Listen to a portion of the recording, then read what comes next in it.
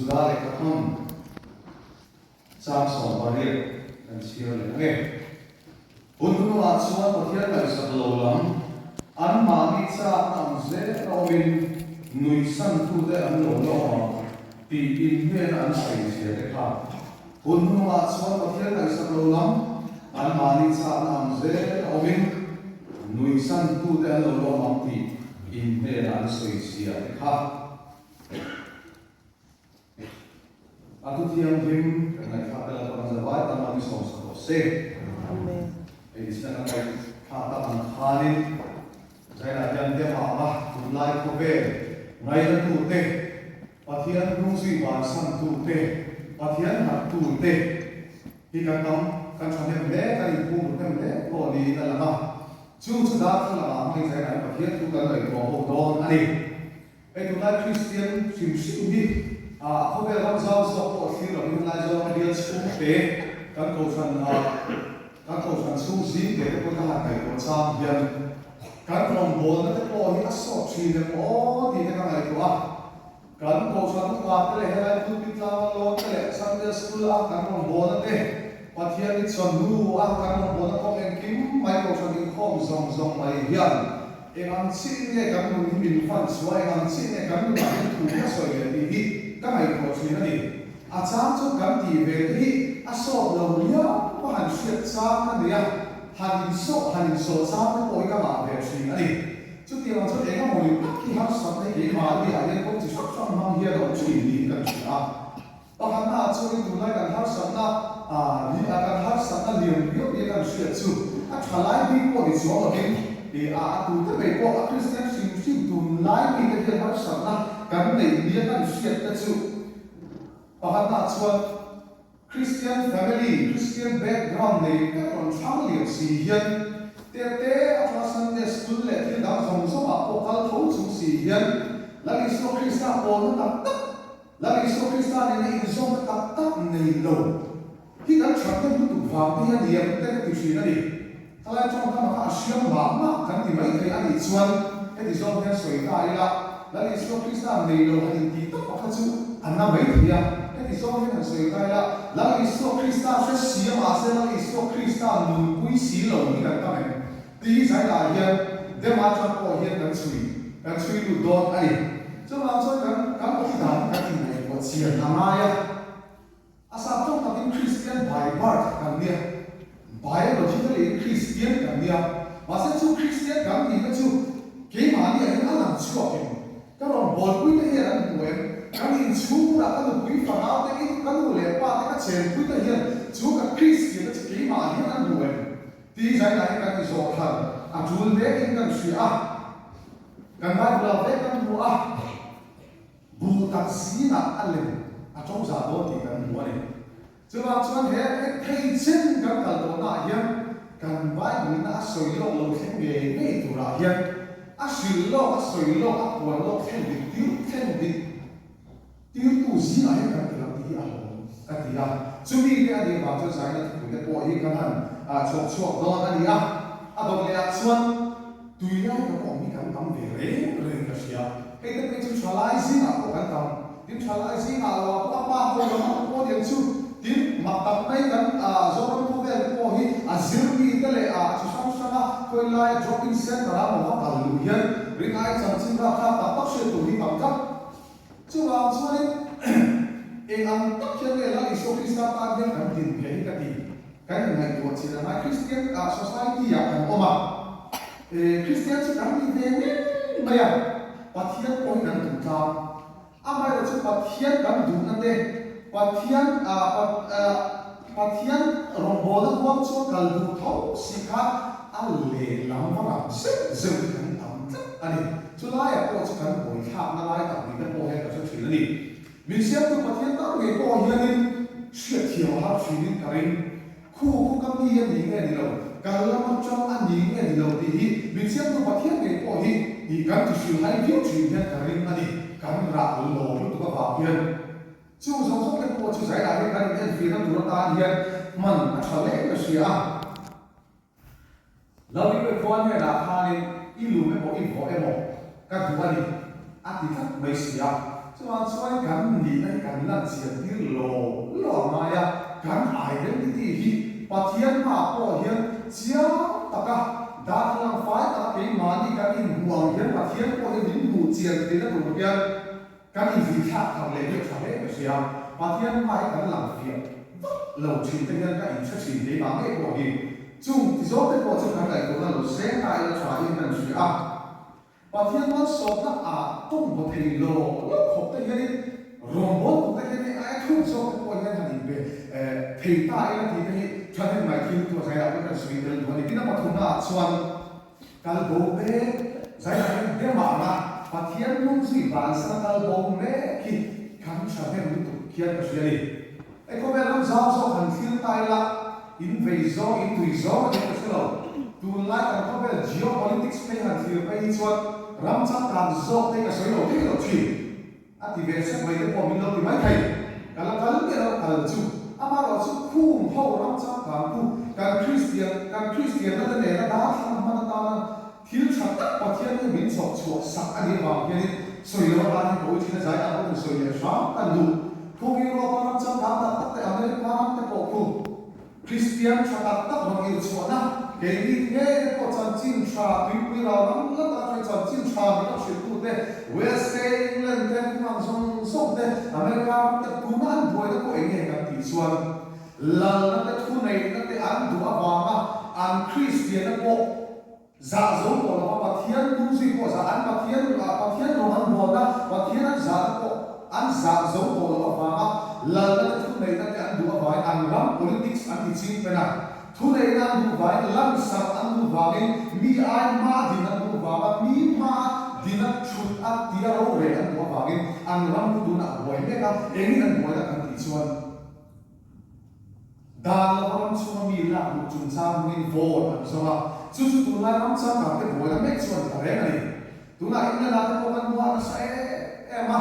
abi ta kin chu singa dan la ko lu na lo lu ta chuan Islam sa ko sui ku te muslim ho ta me me ni chu ko be le tu na ya boy ku ya tu na ko ma ni sa te ba ni so pa tu te ko khan central lo na ko ni ram ta ngai tu to mi Robinson an te chu chuan an ram ma ngai va te lal ba le so krista le ram le nam ta ni su ang lo lu te do na su an ni an sa Christian ta no sa an ni awangin an kalu tam sa to mai sia pa se chu zong chu tu na political from on ta bin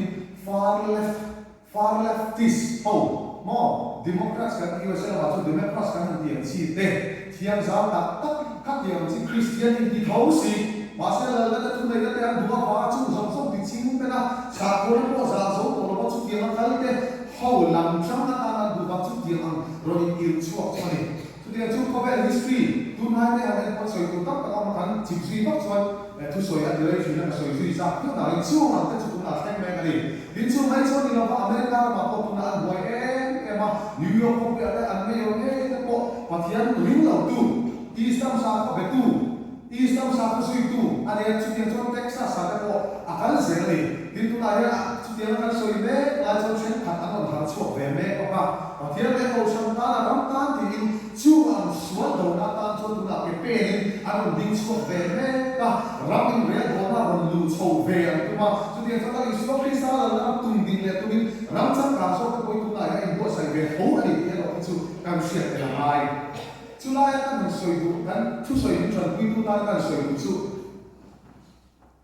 religious statistic infiltrate chuan chi sa ma chu singa la so ka ta chuan the global religious landscape 2010 to 25 kan thi chuan Christian sa ko sim tu la ko be la chuan kan tung kan la tam de kan tung ni lo kan la tam de la min to tu chu Islam ho ya ni ma sa chu ka soi tung ka lo chu ai ko le ri so sai na kan tu soi ata kan thil kan thu wi ne na in ne ke tu la ro tu chu ka do chu sa ko la kan sa so ni lo soi ka do ni tu na ya sa ko chang sa ben chu Islam sa ko ni Islam sa ko an chan sa ta na hi sa ko ta na sa Christian sa ko de o Hindu sa ko de sa Muslim sa ko in le lam ni lo bin an kha kun sa ka ba ni an ko ma ni chu chu an sa ko da ni ku pa ai kam nei a phal mi pa ba ni chu ya ai kha kun le sa ko la lu kun e ngem ka na ku ni mai an ku ma ni o le ta ma chu an soi ku na ba cho Christian sa khoa hi Christian hậu hi áp dụng chặt do hay làm việc là khó mày tú là hiện bà khát na cho bà đi na cái thà bà đi na cho cái bà thun na cái thà này chú có cái sự cũng tác ở đây xuống rồi bà đi na lúa lúm cụ tê sao có thằng chặt do bà đi na lúa lúm cụ tê sai na đồng thủ số cái đồng số đi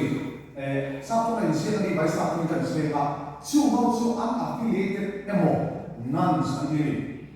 chú chuyện tiếng này thì cho các chuyện thì là cho chú mỗi một ông tập chú agnostic khẩu dòng cụ thể họ atheist cái hàng tiền chỉ là agnosticism dòng cụ thể hồi đi agnostic cái tiền xua lên và thiên ông linh đầu cụ thể của những chiếc siêu siêu đầu và thiên ông xua linh về các bạn mà sẽ bị xuyên phim cái bị xuyên thiệp cái và thiên ông liền mới hàng truy chuộc từ đầu đi chú chuyện cái này nó rồi chuộc chân cái tiền xua chú tiền hàng ngày đang cho ông tu được chú Christian sa khoa trong cho chú sa khoa lòng tham mê thì cũng cụ thể chú Christian trong nó lưu thông vào nó chú lại và chú quay cái lại và chú người ta này Christian sa khoa mình thì hệ cái mà số làm có mà mình tiền đầu sang mà thiên nung suy nó mà mình cả đầu sang cho cái này chú ông đi cái chú đây xin mất cái đàn câu là có Buddhist cái đàn câu là chú hậu song chú global religious statistics cho anh landscape statistics on Christian sa khoa cho nó từ lù vẹt như thế này chú cho point to Christian sa khoa căn chăn tu mình đi chu tu oi em cho này chú tiền ang Christian căn chăn là đồng chua cái đồng chua point tu một hình này này ô cái này chú cái đồng sợi cái tu à tu hai cái khi sang Apo America là sẽ cái bán số mà bị bắt thì nào này không về cũng bị afan chua na là social media platform xong xong cái lúc đấy thì cũng nghe các thằng tin tưởng siêu mà Charlie cả khá đi Charlie cả khá America mà xin đi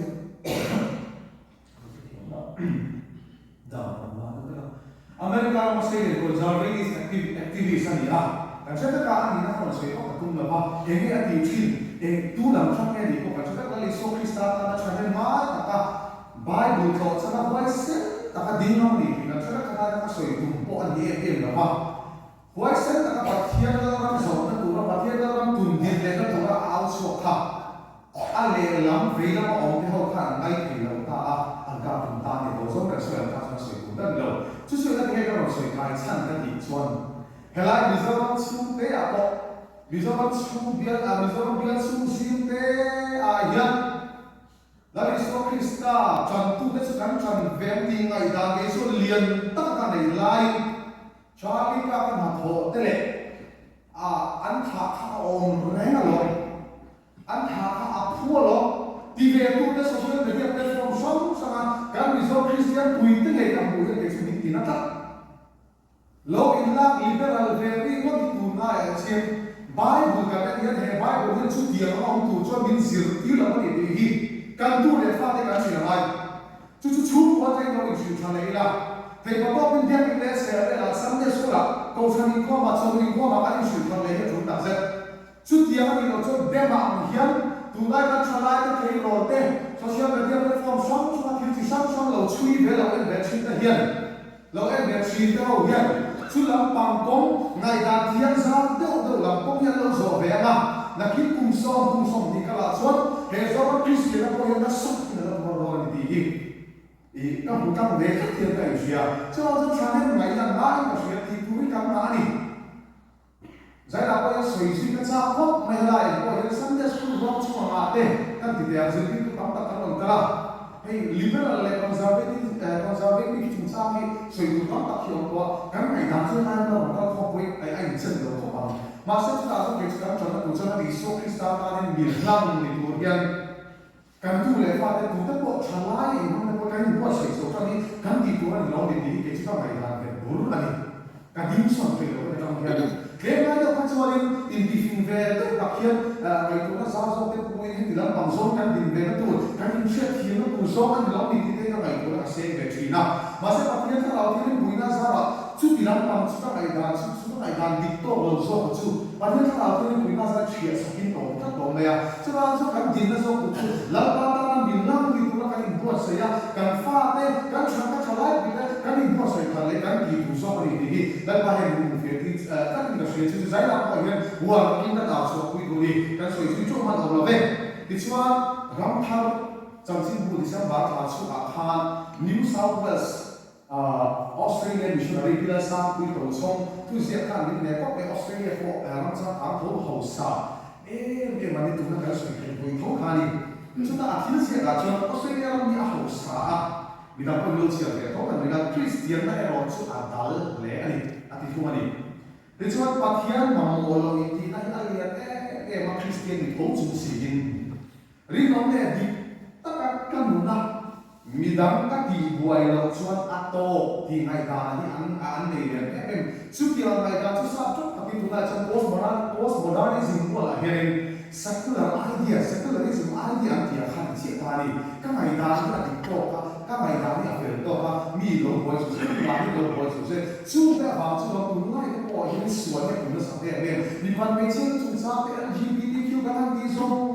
ko ngai da ti a sa ro chu na sa chu he ga idea lo pu tu ro ka na ku tu te chalai a ma chi si a chu kan do lai ta chu ni re chi ni chu ti ga ti lo chu kan rin ha ba hian ko vel hian kan fa te hi an lem ro ne don du sex education jing ti ta ma so yi don ni chuan chan la ka tu ta du sex education te mo mi pan me sia na chung cha te ko hi ko vel na zil ti ti ma hian kan chu pu ra ko sa ra san te su la ko chon no ba ko ba hian thiam kha ti ne nei du chu ti la cho ko san a hian thu nun tu ri ra ding report lo ma se a bu ka bol lo feeling lo thiam ni lo hi kan sia pa ba hian tu tu don chu la ka ko chu ho ko san ho te ni ngai ko ka le bu du to te le ai sa ki na so bi fen kha chuan mi do dei te ver te na ba ni swai go na ra te le ram mo te zir ti na thu ngai sa kin rin na so na ba sa na ti kha ra chuan chiang ta pi so ni ti tu na ka so ta so ha rin na ba sa na ko so tu te fe an ni chu kan thua so kan le ba bai bu li bin no ko chu sa te to sa khan zai la ko ti la ka so na san bi bai bu na so lo sia chu bai bu na so lo lo khen di tu kan ti yang ti ka khen di tu to Christian kan ti yang ti ka ha ba ni chu wang cho chu ti la khen di tu ni lo tu kan za ya ne ni bo sai ku tha pa thia ni pe a pa thia ne thwa ya ko kha za ta ki dan ta ni Allah ko ma ni ti ho i sa tha le ku chu mai so ni la ni sa kan chi cho ta han zu na cha song ba ni la han hun nu ma cho pa thia ngai sa lo dam an ma ni cha ang ze lo ni ni san tu da lo lo ma ni san tu da lo an lo ma ti ka ko ni chi ka la fu ka tu na ya ko san nuai ko ren te le ko san ma ya fa si song kan se vel na ra ta lo ki min hui tu te an ta ma ya o le ka thiam ma te chu tam ta ni ela ni soi do ka ti tak mai ga ma ro san soi tu te la ma en ko mi sa chu ma ni san tu te an ti ba la kan te ko tu la ko ve la ko kan mu to ni tu na ba ko cha kan ta la te ko kha he te ne kan me te ke to kan me te ke to ni dei ka mai wa so na lien ma ni ti ne ti am ka ti am mu pen sim ka ti am bo ro khan ko san ti dam ta po hi min ti ni to min khoi to i ni ka sia zai la ko kan ko san me ba ta chu cho i ko kan tam ni lo Christmas book ve la Christmas ni kan ta ma hu le se han chu dai ka soi ti man la ma han chu chin ma de bu ko san in re bo na ko san discipline te no kan ke em to Bible na thu min puan chu sa te extreme kan dia no kan dia so ma ha to kai le kan ching em to ni chu ma so ta rin na ban san zo a pathian mung ba a pathian mung si ban san na ko ni kan zo na em ni chu chiang ma bu kan ve la ko chu dia ram tu chu a tam em ni tin pathian ma kai na action khatina an la la lu da ta ko hi a ve yong to ka dia a ni na ka cho pathian ma kai na ko wa za ti kan tum lu ta a tu lai chu tu ta kin pathian ma kai na kan soi chi na ko chu a ni lo zo la lu bin a right to equality and zo da ta kan ta lu ta chu pathian ma kai na ko min shit ti le ti na ba Thil zong ti the ngai na kan nei dia na ni china ka soi ta am pe mi ba me se na chung cha na ko wi ke thil chung cha na ko lem le na chung cha na ko mi ko na ti lo ti kan kal bio ve le to pathian ma ai ni chan chu le me ko lo nan ti voi la yan ni te nan ti lo mi ti da lo ti hian zai la yan mi ti da lo ti ve a ko lo ti chen ma na zui lu chu ba mi lo ti chu ma so ngai ko che ang lu zo na ka nín đến đi đến sân đầm ăn chẳng thấy nó tụ ai chuan thu xỉn phong là thiền nó ăn chẳng nó tụ cả như quý được rồi này chú cho anh em tin cảm kỳ xuân và thiên liên nó cho quý hậu lầu hiền và thiên đồng bộ có hỏa hiền thứ nào khi bảo thế thì em tin chiếc lẽ cả xuyên này chú đi vào xuân và thiên liên nó cho quý hậu lầu hiền và thiên liên nó cho quý hậu lầu hiền kỹ mà đi rồi mỗi cắn lô thể nát đấy cắn năm sợ thể nát đấy thắm chặt cắn lô thể nát đấy hiền đồng bộ nó có mà có hiền thui thì đặc biệt là cái gì đó thì hiện cái số chuyện này do thì lúc cũng chung không biết thiền lộ rằng cái năng lượng buồn nó thuộc khi tu lại cắm tập ôi cầm ôm cái này chung dùng dùng giải cái suy ngẫm thấu để mà và thiên suy bền bầu sân ra bền là sân hồi sân bóng cách thấu đi cái mà chung cho phía ta để chung cái quan trọng ta là gì xét Louis cái i công zo lai ka diglo ni chon pa la pan ze ka so na anilo ati ma so na diktat so about turn in kha khem ta au khana koi mo tak din siai de mai ti ko bola de mai ta roman bol chi na ni a sui za ta le chi tu sok sok kan sia chon de pa di su wa ro bola su la khal me mai chon ko ve lai na vai an mu chu ni khoi lai mo ta có vẻ là cái là ấy đó về thì na ác đồ và cái chuyện ác là sanh ta bị bố là khác cái sanh ta có nuông tổ linh cái sanh ta có rồi bây giờ thế ba mồi nó lên chơi mồi nó lên ông song có hú về tụi ta ta sanh ta đi mà sẽ được bố lại ở chỗ có sống ác đồ ác là quý duy thế là đi làm chuyện khác giải là cái mà nó phát triển là sanh cái nó về ô cái chuyện khi mà nghe những cái chuyện này là giải là một số gì các vị chuyên là vào bên giải là con người cũng như một chỗ số cái gì à huống hồ mà phát hiện cái sắc lâu lắm năm tiền gì vậy anh mà đi sang làm dễ là đâu có hồi xuân lý xuân tu tê vài cái sự lo cái gì mà đi cái các gì làm dốt các cái lâu về đồ gì đấy thì cái cái này đồ gì là ai sau này cái suy cái định nghĩa cái suy cái trong cái về phía có cái gì suy cái đấy cái cái sông thì lâu năm cái sông lâu nó cái lâu nó cái sông lâu nó sông để mà nó không về gần mấy là các bà và thiên và sanh là lâu như vậy do chỉ là thì giải là nhân soi buồn cái thôi giải là lâu các con thấy vui thì là các bố sanh lâu mình bạn về xem thì là của bố các con bóc mấy thầy lên lên thì là của bố các con mấy thầy mà sinh sanh lâu nó do chúng nó mà khai siêu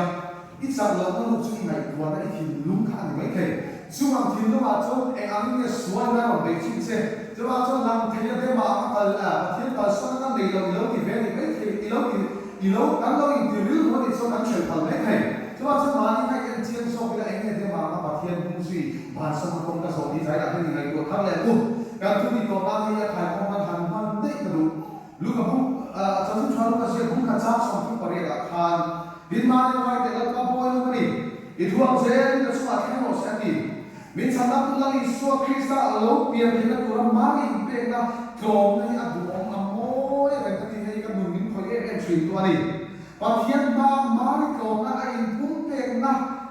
và rồi trước này nè là buồn chân là gì thì giải đáp cái chuyện thắng lẹ của ít thiếu thì sẽ đi tu đến đại nhân sắp hôm nay muốn là sáng là vâng trai đi về đến muốn là sáng là vâng thiên đi về đến muốn là sáng là vâng phim đi về đến muốn là sáng là vâng đi cho bạn cho giải này ít thiếu thì sẽ đi làm ba mai làm tu muốn là làm mai đâu đi để mà không về là nó cần là phát hiện lúc gì không về là nó cần sân rồi nó tụt xuống giải này ít thiếu thì sẽ đi làm ba đây là cái tu muốn là ai đâu đi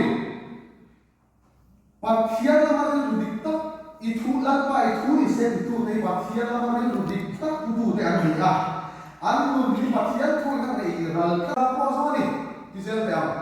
chút thì ăn tắt xuống và thiên là cần biết tôi cần đi mà sắp tới chú này giải là nó còn tên là phải cho vào chú phải cùng làm cái bên sẽ tập cả hiện cần muốn không về làm một chuyện nasa ta sual kan kinu abu orang tua siat dah kumna zong zong ahian dema apa patian musuh na kong kan bahasa loba kan pen bosan mai launa hau tu mai lo takin za takin ko na buan sirin kan tu kan cha song en kim mai kan isin til zong zong ni thaya li khai thuang zen lama ka sa khen ro se ti pathian ne ha ni lu thar le lu ta pa na ba ta man so so se